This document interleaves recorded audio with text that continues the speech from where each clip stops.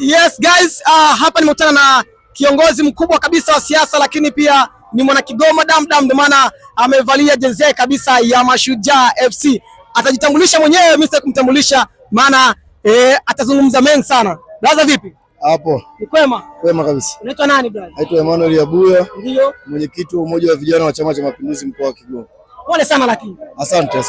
Lakini unajisikiaje baada ya matokeo haya ya goli 2-0 timu yako Mashujaa imepoteza? Kwanza niipongeze timu yetu ya Mashujaa, imecheza vizuri, mchezo ulikuwa mzuri, tumeona vipaji vya kutosha. Lakini kilichotokea ni matokeo ya mpira, na sisi kama wapenzi wa timu ya Mashujaa FC kwa tumesikitishwa sana na matokeo haya, lakini tunaipongeza timu yetu kwa sababu inaonesha uwezo. Okay. Neno gani unaweza kuambia wana Kigoma pamoja na mashabiki wote wa Mashujaa? Watu wa Kigoma tuendelee kuisupport timu yetu. Timu yetu inafanya vizuri na tuna matumaini kwamba msimu ujao tutafanya vizuri zaidi, na tuna nafasi ya kuendelea kushiriki ligi daraja la kwanza msimu unaokuja. Okay, ukiangalia sasa hivi Mashujaa imedrop ukikompare na msimu jana ulioisha. Unaweza kudhani tatizo linakuwa ni nini?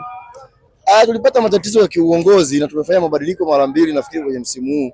Kwa vyote vile kwa mchezo wa football mkishaingia kwenye mabadiliko ya namna hiyo, mnatarajia kwamba kila mnapofanya mabadiliko mnaanza upya. Kwa hiyo tumeanza upya mara nyingi, hii imesababisha kidogo performance ya timu imeshuka.